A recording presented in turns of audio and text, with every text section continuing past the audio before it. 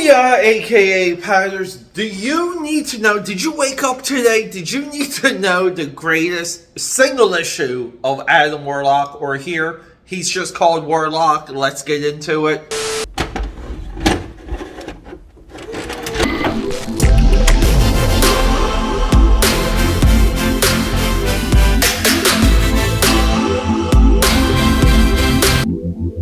Alright, so what we have here, I'm not even going to introduce myself because I just want to hit the drawing table so bad to share this with you. We have an old reader copy from Peter A. DeLuca here, aka Pad69, and say it with me, known throughout Philadelphia and the multiverse as the eclectic one.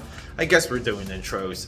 This used to be a reader copy. I used to have this around my drawing table, had it for years, beat the hell out of it, then got rid of all of my comics, threw out maybe like 18-ish long boxes, no joke, threw them into a dumpster and said, like, let's rebuild the collection, but let's go through and, like, you know, have a collection where we've read every single comic. And that's what we were doing on this channel.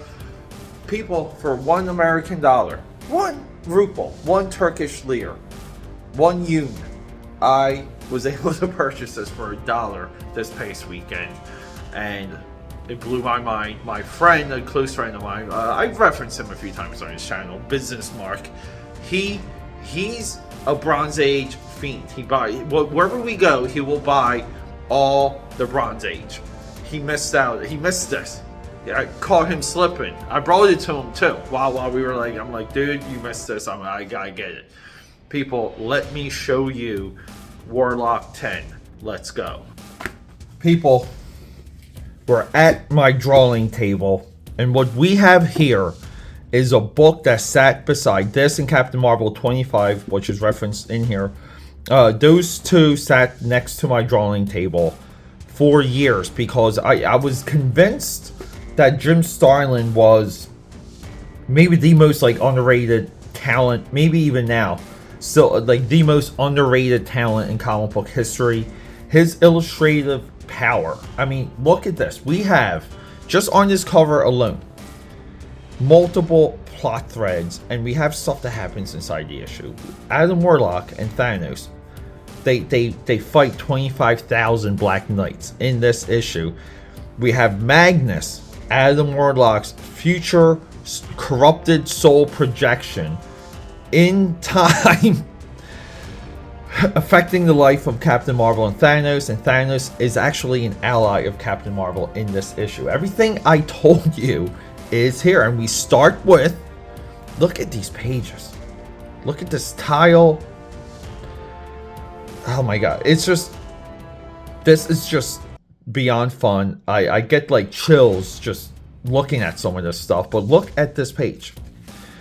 Alright, How Strange My Destiny, Part 1, Chapter 1, The Price. Basically, death to the enemies of our Lord. So the Lord, these guys represent Magnus. We reference entering stage center, the first of 25,000 religious fanatics called the Black Knights.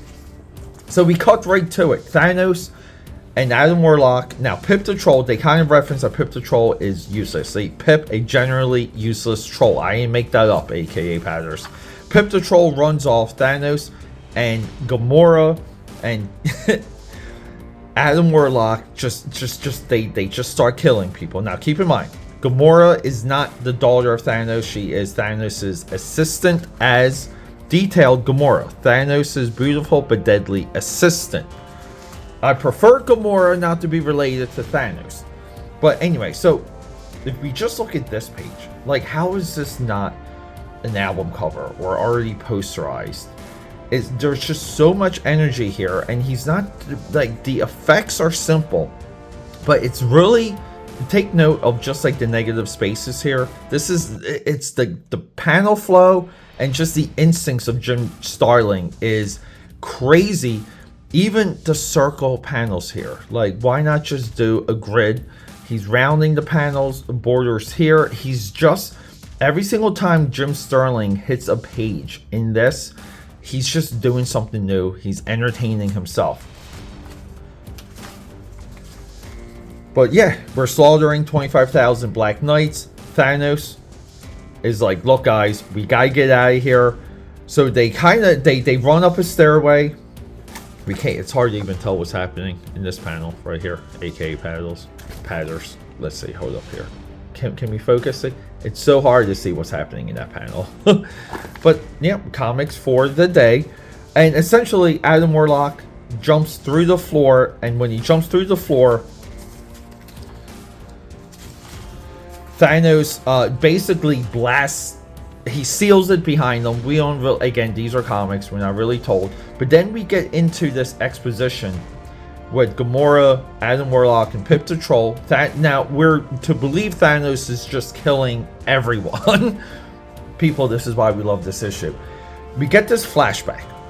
And this flashback here, with dialogue, internal dialogue from Adam Warlock, we pretty much break down everything that's leading into issue 10. And basically what the crux is 2 plot points. Magnus is a split of Adam Warlock from a future, and we have the in-betweener, who is a cosmic entity really trying to control the wave of what's happening with everyone. Now we have stuff, the Matriarch, Universal Church of Truth. We have in-betweener. So like again, here we go. There, timeless period, but my transformation would be completed, and I would return to this actuality 5,000 years in the past to create the Universal Church and eventually confront and defeat my present self. I was still trying to understand all this when Thanos suddenly appeared and offered to aid me, but before I could even accept, we were attacked by 25k knights. So already on page 11, like we're kind of caught up, but great introduction to, we get right into the action, and we wait until the action, you know, like we find a way out of the action to catch us up. Great storytelling. But yeah, we have a confrontation. So this is, I'm trying to think of like how to pitch this. We're wandering in this dark tunnel. Okay, we're in this dark tunnel here, and within the darkness, he pretty much comes across death. He comes across death, the love of Thanos.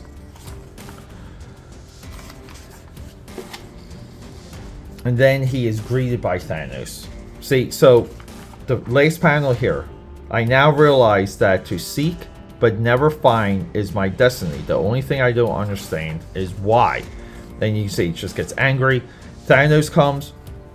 You, unlike myself, have chosen the path of the living.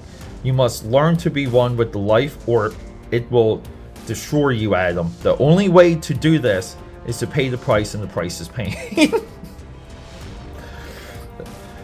And then here we go. We break, you know, we break the wall. Who is Thanos? And Captain Marvel just pops in for chapter 2 to catch us up on Thanos, who essentially, Thanos Titan family, kind of kills everyone, takes over, falls in love with death, finds the cosmic cube, becomes a god. Captain Marvel shatters, karate chops the cosmic cube, thinking he's defeated Thanos, but no, Thanos is just floats in space. And then Captain Marvel's just like, see you guys. Chapter 3, enter redemption principle. Best dollar I ever spent. And what we get here, we get this idea that Thanos just creates things. He has one such tool will be this time machine, which I created. With it, no mystery may remain a secret to me. So within this time machine, he goes into the time machine, and we get a little bit more detail on exactly what's happening with Magnus. Magnus is, he has a people. The people are slayed and destroyed. These are harmonious, golden people, very zen. But Magnus, in the modern day, feels the energy of the time observance and gets triggered. And then we have this dialogue here we wrap up this issue with Magnus now knowing where to find our guys, sending his army. The in-betweener's like, son of a bitch.